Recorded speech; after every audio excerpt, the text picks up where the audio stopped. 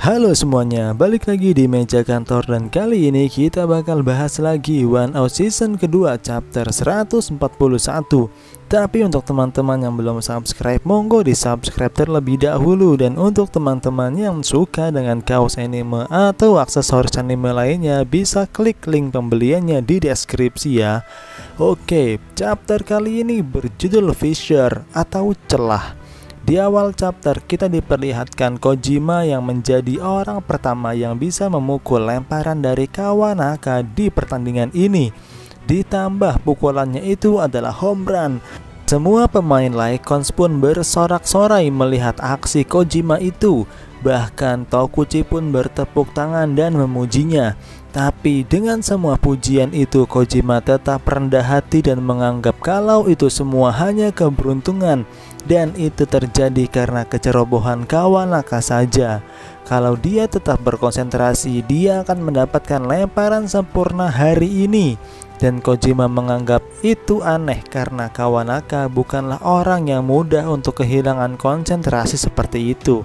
Lalu Tokuchi pun hanya tertawa dan berkata, "Itu berhasil, kunci pas yang aku gunakan." Kojima pun bertanya-tanya apa maksud dari kunci pas itu. Tokuchi pun menjawab, "Ya, jika kunci pas yang aku gunakan berhasil, akan ada banyak celah pada Mariners, baik antar anggota tim dan dalam diri Kawanaka sendiri." Lalu kembali ke tengah lapangan. Walaupun Lycons berhasil mencetak 1 poin dengan home run Kojima itu, tapi ini adalah babak ke-9 di mana Lycons masih memiliki selisih 4 poin. Kawanaka yang sedang berada di atas gundukan itu pun merasa sangat kesal karena dia kehilangan konsentrasinya. Lalu tiba-tiba pelatih Mariners berjalan ke arah Kawanaka dan berkata, "Dapatkan itu bersama-sama. Jika kau tidak menaruh semangat pada lemparanmu, kau akan terus mendapatkan pukulan." Kawanaka pun tersentak dengan perkataan pelatih itu. Lalu di bangku cadangan Lycons, Kojima bertanya kembali kepada Tokuchi, apa maksud dari kunci pas dan celah itu. Lalu Tokuchi pun menjelaskan, kalau Mariners itu adalah tim yang tidak seimbang. Mereka terlalu mementingkan kekuatan untuk memukul. Di tahun ini bisa dibilang kalau persentase memukul mereka selalu nomor 1 dalam liga. Tapi persentase pertahanan mereka selalu lebih rendah dari peringkat 3. Karena itu mereka selalu juara. Walaupun mereka memiliki struktur tim yang tidak seimbang, itu tidaklah penting. Yang penting bagi mereka adalah kekuatan memukul.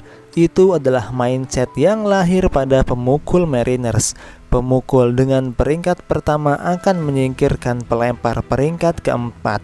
Jadi ada perbedaan yang jauh antara pemukul dan pitcher mereka. Ditambah dengan pembelian besar-besaran yang mereka lakukan, mereka itu sudah menjadi tim yang sangat kuat dan tidak perlu untuk memperkuat serangan mereka lagi.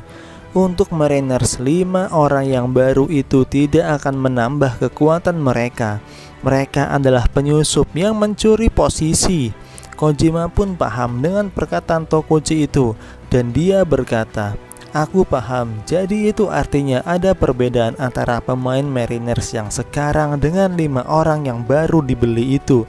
Jadi deklarasi yang dikatakan Brooklyn kalau Mariners bukanlah apa-apa itu adalah sebuah pernyataan juga kalau pembelian 5 pemain baru itu tidak dibutuhkan. Tokuchi pun tertawa dan berkata, "Hei, apakah kau percaya dengan deklarasi Brooklyn itu? Itu adalah sebuah kebohongan yang aku buat." Kojima pun terkejut bukan main karena dia menganggap kalau perkataan Tokuchi itu benar karena dia bisa membaca gerak bibir dan dia menunjukkan itu di depan para wartawan. Lalu Tokuchi berkata, "Itu memang sebuah kebenaran kalau aku bisa membaca gerak bibir seseorang. Aku belajar itu saat aku hidup sebagai penjudi di Okinawa. Tapi bahkan untukku, aku tidak akan bisa membaca seseorang yang berkata di dalam sebuah video yang sedang duduk jauh di bench. Tapi trik itu benar-benar bisa mengelabuhi para wartawan. Dan satu trik itu tidak hanya aku gunakan untuk wartawan saja. aku menyalakan api yang ada di bawah Kawanaka sebelum pertandingan dimulai dengan mengatakan kalau Brooklyn berkata para pemain yang baru dibeli itu hanyalah beban, dan Kawanaka cukup kesal dengan itu. Trik ini tidak akan berakhir hanya dengan penyangkalan dari Brooklyn. Jika Brooklyn menyangkal itu, apakah Kawanaka akan percaya?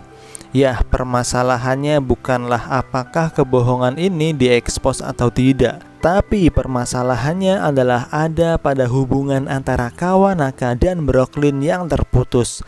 Dan itulah kunci pas yang aku maksud. Jika aku menggunakan itu, celah akan terbuka sedikit demi sedikit. Lalu di tengah lapangan terlihat Kawanaka sangat marah dengan perkataan pelatihnya itu, dan secara tiba-tiba dia pergi dari gundukan. Pelatih Mariners pun terkejut dengan sikap dari Kawanaka itu. Tapi Kawanaka hanya menjawab kalau alasan dia pergi adalah karena ada suara yang mengerikan di samping telinganya, dan dia merasa akan melakukan hal yang buruk jika dia terus melempar. Kawanaka pun tidak bisa melempar lagi hari ini. Sang komentator pun terkejut dengan kepergian Kawanaka dari lapangan itu. Tidak ada yang tahu kenapa Kawanaka pergi seperti itu, karena dari awal dia sudah melempar dengan sangat baik kecuali saat dengan Kojima. Ya, tentu saja suara yang terdengar dari telinganya itu adalah sebuah kebohongan. Saat ini yang dirasakan oleh Kawanaka adalah secepatnya ingin meninggalkan gundukan. Dia sangat marah karena Mariners yang mengatakan kalau mereka memiliki pemukul yang sangat kuat, tapi mereka tidak bisa memukul lemparan dari pitcher kelas kedua Lycons. Dan untuk pelatih, dia mengatakan kepadanya kata penyemangat karena ada satu kesalahan yang dia buat. Tapi para pemukul yang melakukan kesalahan dari awal tidak diperhatikan. Kawanaka benar-benar sangat kesal dengan Mariners sekarang. Para pelatih Mariners pun mencari pitcher pengganti dan menyuruhnya untuk melakukan pemanasan. Tidak hanya pemain Mariners yang bingung, para pemain Lycons pun bertanya-tanya kenapa Kawanaka pergi dari lapangan, dan menganggap kalau mereka beruntung karena Kawanaka keluar dari lapangan. Itu karena mereka akan berhadapan dengan Mizuhashi, si stopper yang baru saja mereka beli. Sekelas info, stopper itu adalah seorang pitcher pengganti, ya kurang lebih kayak gitulah. Mizuhashi itu mampu mengontrol 3 jenis slider, vertikal, horizontal, dan cut ball. Di samping itu dia juga mampu mengubah kecepatan bola dalam kondisi yang berbeda. Dia benar-benar stopper yang menyulitkan. Lalu Tokuchi pun berkata, tapi sekarang kita selisih 4 poin. Apakah dia akan keluar ke area di mana penyelamatan tidak akan bekerja? Lalu Ideguchi pun menjawab pertanyaan Tokuchi itu. Kau salah Tokuchi. Untuk Mizuhashi, selisih poin bukanlah masalah. Dia memiliki sebuah moto, bukanlah pemadam kebakaran sejati kalau dia menghitung jumlah penyelamatannya dan menunda gilirannya. Tokuchi pun hanya terdiam. Lalu di bangku cadangan Mariners terlihat Mizuhashi sedang memohon kepada para pelatih untuk dimainkan. Dia tidak peduli kalau ini akan bekerja atau tidak, tapi dia sudah terbiasa dengan situasi yang seperti ini. Tapi para pelatih Mariners malah berkata, "Hei Mizuhashi, di Eagle mungkin seperti itu, tapi di sini Mariners tidak memerlukan itu." Lalu di tengah lapangan terlihat pitcher pengganti dari Kawanaka adalah Tashiro. Semua orang pun terkejut dan bertanya-tanya kenapa Mizuhashi tidak dimainkan. Satu-satunya alasan kenapa Mizuhashi tidak dimainkan adalah kesombongan dari pelatih Mariners untuk memasukkan pitcher andalan ketika masih memimpin 4 poin. Kebanggaan sebagai pelatih Mariners akan tercoreng, dan itu adalah sesuatu yang tidak bisa diambil kembali. Lalu di bangku cadangan Lycons, para pemain Lycons pun terheran-heran dengan itu. Tiba-tiba Genzo berkata dengan Tokuchi, "Hei Tokuchi, jika kita menang dalam pertandingan ini dengan beberapa kesalahan yang dibuat, apakah kita tetap menerima MVP tiket dan mendapatkan uang kami?" "Tentu saja," jawab Tokuchi. Tapi saat ini kita memiliki selisih 4 poin dengan Mariners dan tidak memiliki runner di base, kita pasti akan kalah. Genzo dan pemain lainnya pun berkata dengan lantang kalau mereka pasti akan kalah. Tapi dalam hati mereka itu berkata, aku akan membuat kemenangan untuk tim kita, dengan tujuan untuk menjadi pemain penentu dan tentu saja mendapatkan MVP tiket yang paling banyak. Saat ini batas mental para pemukul Icon sudah benar-benar lepas. Lalu di tengah lapangan pertandingan pun dilanjutkan. Terlihat para pemukul Icons terus-terusan memukul lemparan dari Mariners itu. Para pelatih Mariners pun terkejut dengan itu. Tidak hanya berhenti di situ, mereka meneruskan momentum itu dan terus mendapatkan pukulan. Pukulannya pun melewati para pemain tengah dan kiri. Bola melambung dengan sangat tinggi. Lalu terlihat Genzo yang berada di base pertama itu berlari mengarah ke base ketiga, dan dia pun melewati base ketiga dan sekarang dia sedang menuju ke home untuk mencetak skor. Dia pun berlari dengan sekuat tenaga untuk mendapatkan poin itu. Tapi saat dia mau sampai ke home, catcher dari Mariners mendapatkan bolanya, tapi Genzo terus berlari dan meluncurkan dirinya di atas tanah.